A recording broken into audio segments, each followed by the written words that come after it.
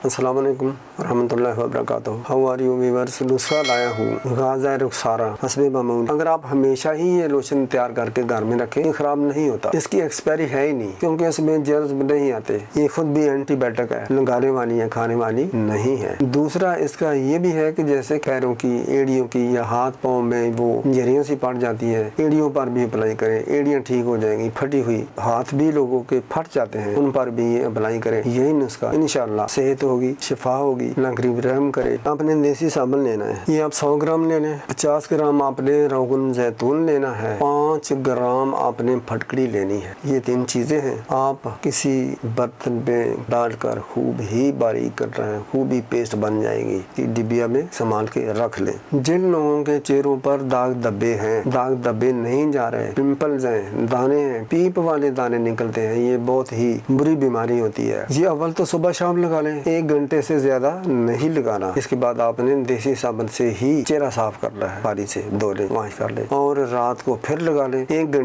घंटे से ज्यादा ना करें। अस्सलाम वालेकुम रहमतुल्लाहि व बरकातहू।